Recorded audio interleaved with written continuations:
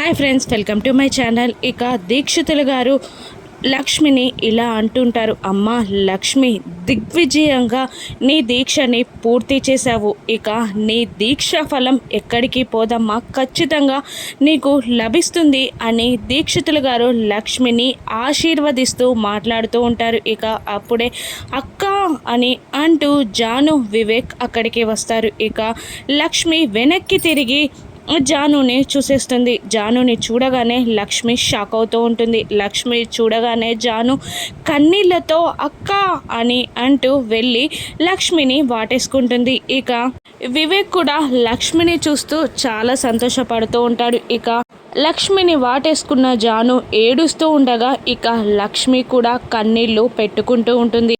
జాను లక్ష్మిని ఏమడగనుంది? లక్ష్మి సమాధానం చెప్తుందా?